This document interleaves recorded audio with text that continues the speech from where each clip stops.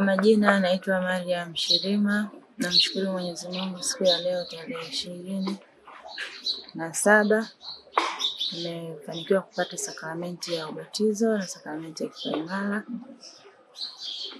Tarehe 30 mwezi huu wa 5 tutakuwa na sakramenti ya kurekebisha ndoa. Ndugu zangu, marafiki zangu, wapendwa wangu, naombeni sana mkaribie, nawakaribisha mkaribie sana, mje kutushika mkono, mje kutuunga mkono. Shughuli yetu itaanza saa 4 asubuhi. Tutakuwa hapa kanisani kwa ajili ya misa takatifu, sakramenti ya ndoa. Baada ya hapo tutakuwa tuna hafla yetu fupi pale nyumbani. Baada ya hafla fupi nyumbani, tutakuwa jioni ukumbini, ukumbi wa Prison.